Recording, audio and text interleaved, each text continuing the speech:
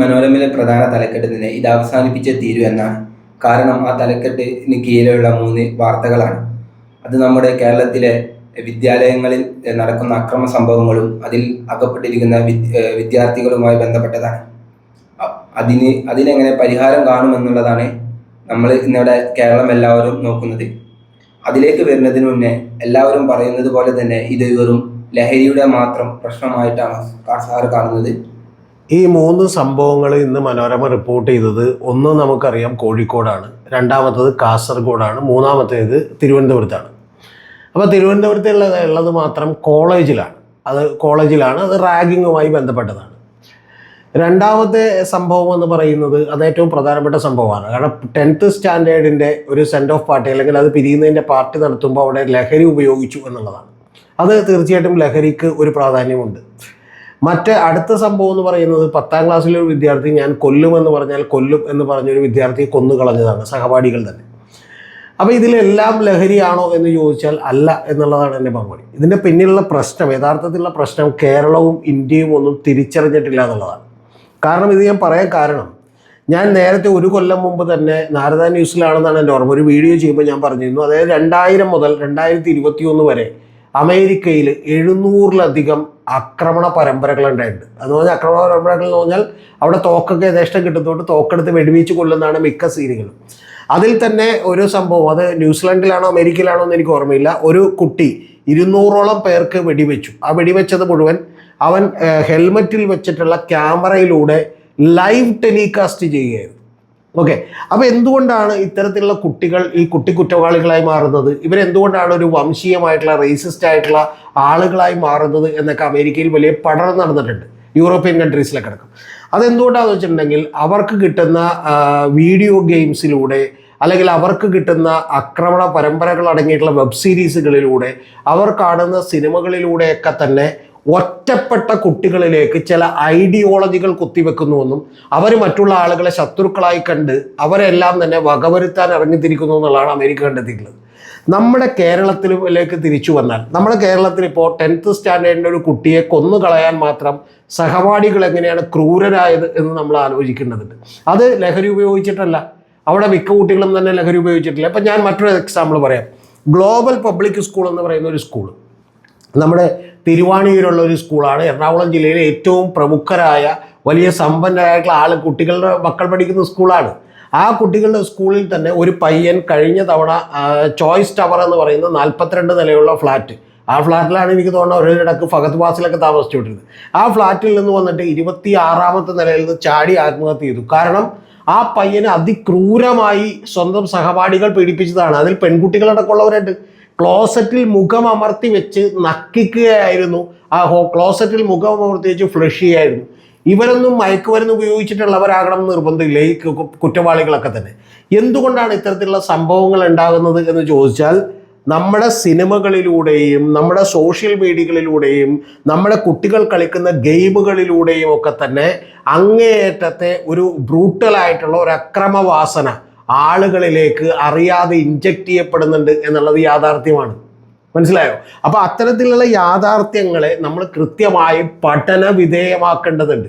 ഇപ്പം തന്നെ നമ്മൾ അറിയേണ്ടത്, ഇപ്പോൾ കോട്ടയത്ത് ഒരു നഴ്സിംഗ് കോളേജിൽ ഒരു വിദ്യാർത്ഥിയെ നമ്മൾ റാഗ് ചെയ്തു എന്ന് പറയുമ്പോൾ കോമ്പസ് കൊണ്ട് എങ്ങനെയാണ് കുത്തി പരക്കുന്നത്, എങ്ങനെയാണ് ഡംബൽസ് ഉപയോഗിച്ചിട്ട് ജനനേന്ദ്രിയത്തിൽ കേടുവരുത്തുന്നത്, കെട്ടിത്തൂക്കുന്നത് എന്നൊക്കെയുള്ള കാര്യങ്ങൾ നമ്മൾ പഠിച്ചു പോയാൽ എങ്ങനെയാണ് ആളുകൾക്ക് ഇത്ര ക്രൂവലാകാൻ കഴിയുക എന്ന് പറയുന്ന ഒരു കാര്യം നമ്മൾ ആലോചിക്കേണ്ടതുണ്ട്. അതിൻ്റെ പ്രശ്നം ഒരു സെൻസറിങ്ങും ഇല്ലാതെ നമ്മുടെ സോഷ്യൽ മീഡിയയിലൂടെയും വെബ് സീരീസിലൂടെയും മറ്റ് നിരവധി പ്ലാറ്റ്ഫോമുകളിലൂടെയും നമുക്ക് അവൈലബിൾ ആകുന്ന സിനിമകളുണ്ട്. ആ സിനിമകളും അല്ലെങ്കിൽ വെബ് സീരീസുകളും മറ്റ് നിരവധി സോഷ്യൽ മീഡിയ കണ്ടന്റുകളും ഒക്കെ തന്നെ ഇങ്ങനെ നമ്മുടെ കുട്ടികളുടെ ഇടക്കോട്ട് വിടുമ്പോൾ അതിൽ ഒരു വിഭാഗം കുട്ടികളെങ്കിലും, ഇപ്പോൾ 100 പേര് കണ്ടാൽ 100 പേരും നാളെ ഒരു സിനിമയിൽ കുത്തിക്കൊല്ലുന്ന കണ്ടാലോ, ഒരു വെബ് സീരീസിൽ കുത്തിക്കൊല്ലുന്ന കണ്ടാലോ, ഒരു സോഷ്യൽ മീഡിയയിൽ ഒരു ക്ലിപ്പ് കണ്ടാലോ അവർ പോയി കുത്തിക്കൊല്ലണം എന്നില്ല. പക്ഷെ പ്രശ്നം അതിലുള്ള 1, 2, 3% ആളുകൾ അല്ലെങ്കിൽ ചിലപ്പോൾ ഒരു 0.01% ആളുകൾ ഇത്തരത്തിൽ ഒരു മെൻ്റലി സ്റ്റേബിൾ അല്ലാത്ത, പലപ്പോഴും ഇൻഫ്ലുവൻസ്ഡ് ആകുന്ന ആളുകൾ ഇത്തരത്തിലുള്ള ക്രൂരകൃത്യങ്ങളിലേക്ക് കടന്നേക്കാം. ആ കടക്കുന്നതിൻ്റെ എക്സ്ട്രീം പോയിന്റാണ് 3 ദിവസം സിദ്ധാർത്ഥൻ എന്ന് പറയുന്ന ഒരു കുട്ടിയടക്കം അവിടെ പീഡിപ്പിക്കപ്പെട്ടിട്ടും ഒരു ആൾ 100-150 കുട്ടികൾ കണ്ടിട്ടും ആരും വന്ന് വീട്ടിൽ പറയാത്ത. അതിൻ്റെ പിന്നിൽ മറ്റൊരു കാര്യം കൂടിയുണ്ട്, രാഷ്ട്രീയപരമായ കാരണങ്ങളുണ്ട്. കാരണം ഭയമുണ്ട്, പേടിയുണ്ട്, CPM-ന്റെ കാടത്തമുണ്ട്, SFIയുടെ അതിക്രൂരതയുണ്ട്. പക്ഷേ ഞാൻ പറയുന്നത് അത് പിന്നീട് നമ്മുടെ കുട്ടികളിലേക്ക് കൂടി പടരുന്നത് എങ്ങനെയെന്ന് ചോദിച്ചാൽ, ഇത്തരത്തിലുള്ള ഒരു എഡ്യൂക്കേഷൻ അല്ലെങ്കിൽ ഒരു ഇൻഫ്ലുവൻസ് നമ്മുടെ രാജ്യത്തുണ്ടാകുന്നു എന്നുള്ളത് നമ്മുടെ ആളുകൾ തിരിച്ചറിയേണ്ടതാണ്. സൈബർ സ്പേസ് എങ്ങനെ ഉപയോഗപ്പെടുത്തുന്നു എന്നുള്ളത് കരിക്കുലത്തിൽ ഉൾപ്പെടുത്തി കുട്ടികളെ പഠിപ്പിക്കേണ്ടതാണ്. ഇത്തരം കാര്യങ്ങളൊന്നും നമ്മൾ ചെയ്യുന്നില്ല. നമ്മളിപ്പോൾ ഓസ്ട്രേലിയയിലേക്ക് എടുത്തു വെച്ചാൽ, ന്യൂസിലൻഡിലേക്ക് എടുത്തു വെച്ചാൽ, നമ്മൾ മറ്റ് പല രാജ്യങ്ങളിലേക്കുമൊക്കെ എടുത്തു വെച്ചാൽ, ഞാനിപ്പോൾ അതിൻ്റെ ഡീറ്റെയിലിലേക്ക് പോകുന്നില്ല, അവിടെയെല്ലാം തന്നെ കുട്ടികളെ ഇത് കൃത്യമായി എഡ്യൂക്കേറ്റ് ചെയ്യുന്നുണ്ട്. അപ്പോൾ അത്തരത്തിൽ എഡ്യൂക്കേറ്റ് ചെയ്യപ്പെടുന്നില്ല എന്ന് മാത്രമല്ല, ഇവരിത് വലിയ തോതിലുള്ള അക്രമാസക്തരായി മാറുന്നു.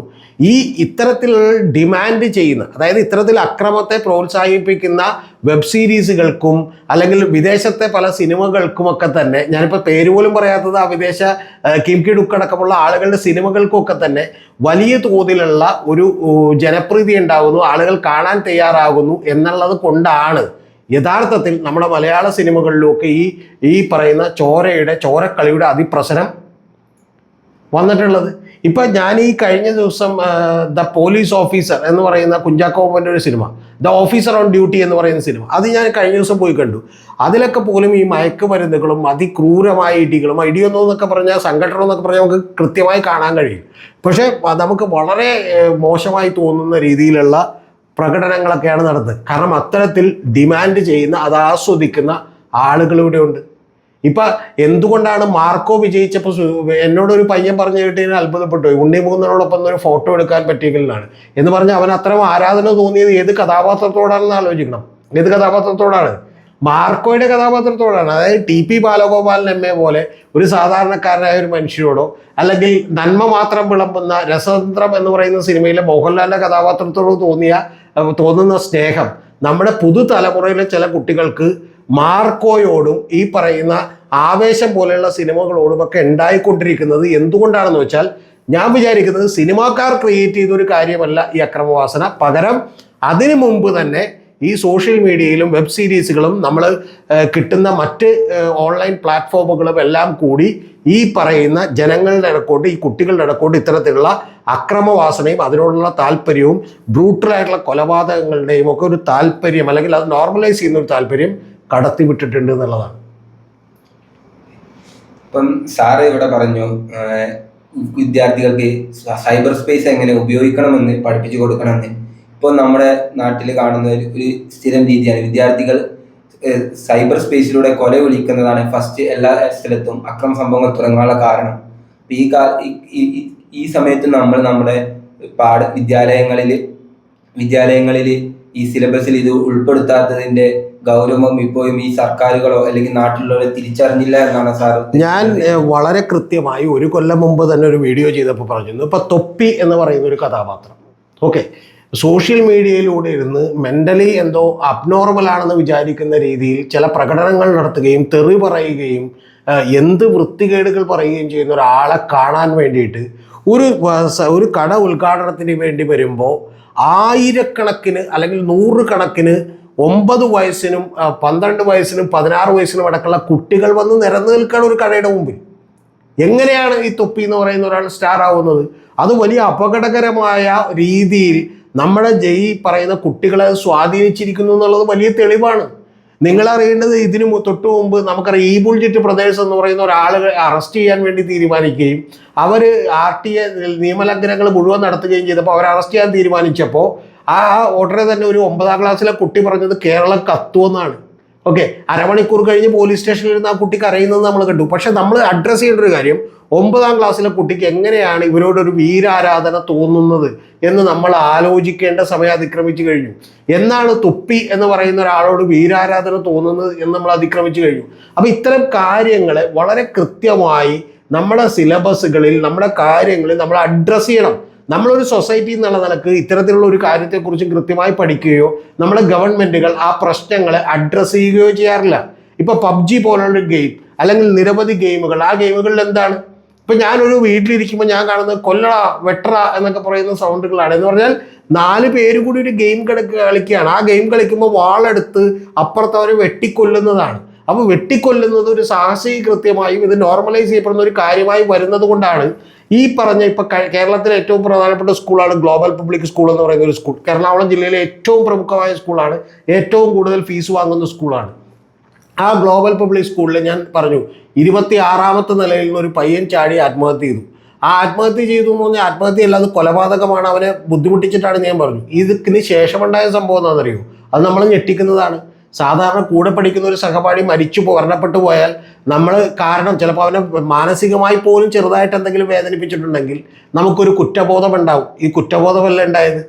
പകരം അവൻ തൂങ്ങിക്കിടക്കുന്ന ഫോട്ടോകളും ചിത്രങ്ങളും അനിമേറ്റഡ് വീഡിയോയും ഒക്കെ ഇൻസ്റ്റാഗ്രാമിലിട്ട് ആഘോഷിക്കുന്ന ക്രൂരതയിലേക്ക് ഈ സമൂഹത്തിലെ ഏറ്റവും പണക്കാരായ സമ്പന്നരായിട്ടുള്ള ആളുകളുടെ മക്കൾ വരെ എത്തി നിൽക്കുന്നു എന്ന് പറഞ്ഞാൽ നമ്മുടെ സോഷ്യൽ മീഡിയകൾ എത്രത്തോളം ഇതിൽ ഇൻഫ്ലുവൻസ് ചെയ്തിരിക്കുന്നു എന്നാണ്.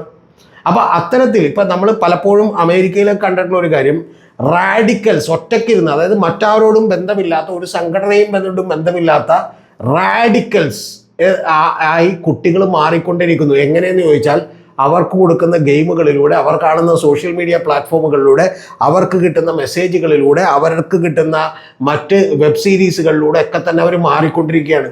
അപ്പോൾ അത്തരത്തിലുള്ളൊരു മാറ്റം കേരളത്തിലും വന്നു കഴിഞ്ഞു എന്നാണ് ഞാൻ വിചാരിക്കുന്നത്. ഞാൻ കഴിഞ്ഞ 2 കൊല്ലമായി ഇതിൻ്റെ വലിയ തോതിലുള്ള അപകടങ്ങളെക്കുറിച്ച് നിരന്തരമായി പറഞ്ഞുകൊണ്ടിരിക്കുകയാണ്. ഈ തൊപ്പി എന്ന് പറയുന്ന ആളും അതുപോലെ തന്നെ മല്ലു ഫാമിലി എന്ന് പറയുന്ന കബളിപ്പിക്കുന്ന പരിപാടികളും അതുപോലെ തന്നെ മറ്റു പല ഇപ്പോൾ ഈ ബുൾജെറ്റ് ബ്രദേഴ്സിനെ അറസ്റ്റ് ചെയ്തിട്ടുണ്ടെങ്കിൽ കേരളം കത്തുമെന്ന് പറയുന്നതും ഞാൻ വലിയ മീഡിയ പേഴ്സൺ ആണെന്ന് ഒരാൾ പറയുന്നതും ഒക്കെ തന്നെ ഈ തെറ്റിദ്ധാരണകൾ നമ്മുടെ കുട്ടികളുടെ ഇടയിലോട്ട് അനുദിനം വന്നുകൊണ്ടിരിക്കുകയാണ്. അവർ വലിയ തോതിൽ ഇത് കൺസ്യൂം ചെയ്തുകൊണ്ടിരിക്കുകയാണ്. ആ കൺസ്യൂം ചെയ്യുന്നതിൻ്റെ ഭാഗമായിട്ടാണ് ആവേശവും മാർക്കോയും കില്ലും അനിമലും പോലെയുള്ള സിനിമകൾ ഇന്ത്യയിൽ ഉണ്ടായിക്കൊണ്ടിരിക്കുന്നത്. അതുകൊണ്ടാണ് ഞാൻ പറഞ്ഞത് ഇത് വലിയ തോതിൽ വ്യാപകമാകാൻ പോകുന്ന പ്രശ്നമാണ്. ലഹരി ഇതിൻ്റെ മറ്റൊരു പാർട്ട് കൂടിയാണ്. കുട്ടികളെ ബാധിച്ചിരിക്കുന്ന 90% കേസുകളിൽ ലഹരിയല്ല, ലഹരി ഒരു കാരണമാണ്. പക്ഷെ ലഹരിയേക്കാൾ ഉപരി നേരത്തെയും ഈ ലഹരിയൊക്കെ ഉണ്ടായിട്ടും എന്തുകൊണ്ട് ഇവിടെ ഇത്ര വലിയ ക്രൂരതകൾ നടന്നില്ല എന്ന് പറഞ്ഞാൽ ഇവരുടെ മൈൻഡ് സെറ്റ് മാറ്റുന്ന രീതിയിലുള്ള ഇടപെടലുകൾ അറിഞ്ഞോ അറിയാതെയോ സോഷ്യൽ മീഡിയകളും ഈ പറയുന്ന മറ്റു അവർക്ക് കിട്ടുന്ന കാര്യങ്ങളിലൂടെയും ഒക്കെ നടത്തിക്കൊണ്ടിരിക്കുന്നത് നെറ്റിലൂടെ എന്നുള്ളതാണ്. മനോരമ പറയുന്നത് ഇത് അവസാനിച്ചേ തീരൂ എന്നാണ്. മനോരമ പറയുന്നത് ഇത് അവസാനിപ്പിച്ചേ തീരുമെന്നാണ്. അതെ, ഇത് അവസാനിപ്പിക്കാനുള്ള വഴി എന്താണെന്നാണ് സാറ് മനസ്സിലാക്കുന്നത്? അവസാനിപ്പിക്കാനുള്ളൊരു വഴി എന്ന് പറയുന്നത് നമ്മൾ ഇപ്പോഴേ വൈകിയിരിക്കുന്നു, ഇനിയെങ്കിലും ഇത് അടിയന്തിരമായി തുടങ്ങണം എന്നാണ് എനിക്ക് പറയാനുള്ളത്. അതിൻ്റെ കാര്യം ഈ സോഷ്യൽ മീഡിയ പ്ലാറ്റ്ഫോമുകളിലും അല്ലെങ്കിൽ മറ്റ് ഇൻഫ്ലുവൻസേഴ്സായിട്ട് വരുന്നവരുടെയും ഒക്കെ വീഡിയോകൾ കൃത്യമായി മോണിറ്റർ ചെയ്യാനുള്ള സംവിധാനം നമുക്കുണ്ടാകണമെന്ന്. രണ്ടാമത്തത് വളരെ അപകടകരമായിട്ടുള്ള ഗെയിമുകൾ, അതിൽ എത്രത്തോളം കുട്ടികൾ സമയം ചെലവഴിക്കുന്നുണ്ട് എന്നുള്ള കാര്യത്തിലെല്ലാം തന്നെ ഞാൻ ഈ പറയുമ്പോൾ ഒരിക്കലും ഇത് നിയമം മൂലം അങ്ങോട്ട് നിരോധിച്ചേക്കാം എന്നുള്ളതൊന്നും നമ്മൾ വിചാരിക്കരുത്. ഇപ്പം നിയമം മൂലം നിരോധിച്ചതാണ് ലഹരി എന്ന് പറയുന്നത്, പക്ഷേ ലഹരിയുടെ യഥേഷ്ടം ലഭിക്കുന്നുണ്ട്. സോ 2 തരത്തിൽ ഇത് നമുക്ക് നിയന്ത്രിക്കാൻ പറ്റും. ഒന്നില്ലെങ്കിൽ യു ജസ്റ്റ് എന്താണ് കട്ട് ദ ഡിമാൻഡ്. ഒന്നുകിൽ നിങ്ങൾ ഡിമാൻഡ് കട്ട് ചെയ്യുക, അല്ലെന്നുണ്ടെങ്കിൽ നിങ്ങൾ ഇതിൻ്റെ സപ്ലൈ കട്ട് ചെയ്യുക. ഈ സപ്ലൈ പണ്ടൊരിക്കൽ മമ്മൂട്ടി പറഞ്ഞത് എനിക്ക് ഇപ്പോഴും ഓർക്കുന്നുണ്ട്. നിങ്ങൾ ഈ ബ്ലൂ ഫിലിമുകൾ അത് നിരോധിക്കാൻ വേണ്ടി പാഞ്ഞ് നടക്കുമ്പോൾ ഇവിടെ ഒരുപാട് ബ്ലൂ ഫിലിമുകൾ എന്ത് ചെയ്യുന്നുണ്ട്, കിട്ടുന്നുണ്ട്. ഇന്നിപ്പോൾ അതിൻ്റെ ആവശ്യമില്ല, യൂട്യൂബിലൊക്കെ കിട്ടും. പക്ഷേ നമുക്ക് ബ്ലൂ ഫിലിമുകൾ അന്ന് കിട്ടുന്നുണ്ട്. അപ്പോൾ ഈ നീല ചിത്രങ്ങളും അതുമായി ബന്ധപ്പെട്ടുള്ള നിർമ്മാണവും ഒക്കെ നടക്കുമ്പോൾ ഒന്നുകിൽ മമ്മൂട്ടി പണ്ട് പറഞ്ഞത് ഇതൊക്കെ കംപ്ലീറ്റ് ഫ്രീ ആക്കി കൊടുക്കുക, ആളുകൾ ഇത് മടുത്തിട്ട് നിർത്തിക്കോളുമെന്നാണ്. പക്ഷേ മയക്കുമരുന്നിൻ്റെ കാര്യത്തിൽ നമുക്കത് ചെയ്യാൻ പറ്റില്ല. പക്ഷേ എന്നിട്ട് പോലും നമ്മൾ എത്ര പരിതാപകരമാണ്, എത്ര പരാജയമാണ് നമ്മൾ അറിയണം. ഇവിടെ നമ്മുടെ പ്രശ്നമെന്ന് പറഞ്ഞാൽ ഒന്ന് കൃത്യമായത് ഗവൺമെൻറ് ഇതിനെക്കുറിച്ച് പഠിക്കുകയും ഇതൊരു സിലബസിൻ്റെ കരിക്കുലത്തിൻ്റെ ഭാഗമാക്കുകയും കുട്ടികൾക്ക് എഡ്യൂക്കേഷൻ നൽകുകയും ഇതെങ്ങനെയാണ് ഉപയോഗപ്പെടുത്തേണ്ടതെന്ന് അവരെ പഠിപ്പിക്കുകയും ഒക്കെ ചെയ്തുകൊണ്ടാണ് ഇത് കൃത്യമായി മാറ്റിയെടുക്കേണ്ടത് ഒരു പാർട്ട്. രണ്ടാമത്തെ പാർട്ട് എന്താണ്? രണ്ടാമത്തെ പാർട്ട് പാരൻസിനും അതുപോലെ തന്നെ ടീച്ചേഴ്സിനുമുള്ള വലിയ റോളാണ്. അതിൽ ടീച്ചേഴ്സിന് ഇപ്പോൾ വലിയ റോളൊന്നും ഉണ്ടെന്ന് ഞാൻ വിചാരിക്കുന്നില്ല. പാരൻസിനുള്ള റോളെന്ന് പറഞ്ഞാൽ കുട്ടികൾക്ക് നമ്മൾ ഐപാഡ് മേടിച്ചു കൊടുക്കുന്നു, ഐഫോൺ മേടിച്ചു കൊടുക്കുന്നു, നമ്മൾ ഗാഡ്ജറ്റുകൾ മേടിച്ചു കൊടുക്കുന്നു എന്നൊക്കെ പറയുമ്പോൾ നിങ്ങളറിയേണ്ട ഏറ്റവും വലിയ തമാശ, ഇതൊക്കെ മേടിച്ചു കൊടുക്കാൻ കഴിയുമായിരുന്നു, ഇതൊക്കെ ഉണ്ടാക്കിയിട്ടുള്ള സ്റ്റീവ് ജോബ്സോ മൈക്രോസോഫ്റ്റിൻ്റെ ബിൽ ഗേറ്റ്സോ ഒന്നും ഇത് കുട്ടികൾക്ക് കൊടുത്തിട്ടില്ല എന്ന യാഥാർത്ഥ്യം നമ്മൾ അറിയണം. അപ്പോൾ അത് പോട്ടെ, ഇനി നമ്മൾ കൊടുത്താലും കുഴപ്പമില്ല, ആ കൊടുത്തത് എങ്ങനെ കൃത്യമായി ഉപയോഗിക്കപ്പെടുന്നു എന്നുള്ളത് അറിയാനുള്ള എല്ലാ സംവിധാനങ്ങളും അതിനകത്തുണ്ട്. ഓക്കെ, ഇപ്പോൾ ഒരു ദിവസം ഞാൻ നോക്കുമ്പോൾ എനിക്കറിയുന്ന ഒരു കുട്ടി അത് 10 മണിക്കൂർ എന്ത് ചെയ്തേക്കാണ്, ഇൻസ്റ്റാഗ്രാം ഉപയോഗിച്ചേക്കാണ്. അപ്പോൾ അത്തരത്തിലുള്ള സംവിധാനങ്ങൾ കൃത്യമായി ഉപയോഗിക്കുകയും ഇവരുടെ ഒരു താല്പര്യം എന്ന് പറയുന്നത് ജെന്യുവിനായിട്ടുള്ള കാര്യങ്ങളിലേക്ക് തിരിച്ചുവിടാൻ പാരൻസിന് കഴിയുകയും വേണം. അത് പക്ഷേ ബുദ്ധിമുട്ടുള്ളൊരു ടാസ്ക്കാണ്. നമ്മുടെ പാരൻസൊക്കെ ഇപ്പോൾ ചെയ്യുന്നത് അടുത്ത തലമുറക്ക് വേണ്ടി പണമുണ്ടാക്കി വെക്കുക എന്ന് പറയുന്ന ഒരു ഹെർക്കുലിയൻ ടാസ്ക്കാണ്. മറ്റത് അങ്ങനെയല്ല. ഒരു കൂട്ടുകുടുംബമായിരുന്നപ്പോൾ മുത്തച്ഛനും മുത്തശ്ശിയും ഒക്കെ ഉണ്ടായിരുന്നപ്പോൾ കഥകളിലൂടെയും കവിതകളിലൂടെയും മറ്റു പല കാര്യങ്ങളിലൂടെയും ഒക്കെ ഒരു മൂല്യബോധം സൃഷ്ടിക്കാനായിട്ട് നമ്മുടെ കുട്ടികളിലേക്ക് കഴിഞ്ഞിരുന്നു. അപ്പോൾ അത് കഴിയാത്തത് കൊണ്ട് അത് സിലബസിൽ ഉൾപ്പെടുത്തുകയും ഈ പ്രശ്നങ്ങളെയൊക്കെ കൃത്യമായി നേരിടുകയും ചെയ്യേണ്ട രീതിയിലേക്ക് അമേരിക്കയിലൊക്കെ ഇതിന് വലിയ പഠനങ്ങൾ നടന്നിട്ടുണ്ട്, പല യൂണിവേഴ്സിറ്റികളിലും പഠനങ്ങൾ നടന്നിട്ടുണ്ട്. ആ ലെവലുകളിലേക്ക് കൃത്യമായി ഇത് എന്ത് ചെയ്യണം, അഡ്രസ്സ് ചെയ്യണം. അങ്ങനെ അഡ്രസ്സ് ചെയ്യാതെ മനോരമ ഇപ്പോൾ ഇത് അവസാനിപ്പിച്ചേ തീരൂ എന്ന് പറഞ്ഞുകൊണ്ട് ഇത് അവസാനിക്കില്ല. അത്തരത്തിൽ വലിയ ക്യാമ്പയിൻ ഏറ്റെടുക്കാൻ കഴിയുന്നൊരു പത്രമാണ് മനോരമ. അത്തരത്തിലുള്ള ക്യാമ്പയിൻ ഏറ്റെടുക്കലും ഗവൺമെൻറ്റിൻ്റെയും എഡ്യൂക്കേഷൻ ഡിപ്പാർട്ട്മെൻറ്റിൻ്റെയും ഒക്കെ വലിയ തോതിലുള്ള ശ്രദ്ധയും കൂടി ഇതിനകത്ത് ഉണ്ടാവുകയും ഇതിനേക്കാളൊക്കെ ഉപരി സ്വന്തം മക്കളുടെ കാര്യത്തിൽ ഗവൺമെൻറ് നല്ല കാര്യം ചെയ്യട്ടെ, ടീച്ചേഴ്സ് പറഞ്ഞു കൊടുക്കട്ടെ എന്നൊക്കെ പറഞ്ഞിരിക്കാതെ പാരൻസ് കൂടി ശ്രദ്ധിച്ചാൽ മാത്രമേ ഒരു പരിധി വരെയെങ്കിലും ഇതിന് വിജയം കാണാൻ കഴിയുള്ളൂ. അല്ലാതെയുള്ള ഒരു കൺട്രോളും ഈ കാര്യത്തിൽ സാധ്യമല്ല. ഇത്തരത്തിലുള്ള അക്രമവാസന നിരന്തരമായി നമ്മുടെ സമൂഹത്തിൽ വളർന്നുകൊണ്ടിരിക്കുകയാണ് എന്ന് പറയുന്ന യാഥാർത്ഥ്യത്തിന് നേരെ കണ്ണടച്ചിട്ട് കാര്യമില്ല.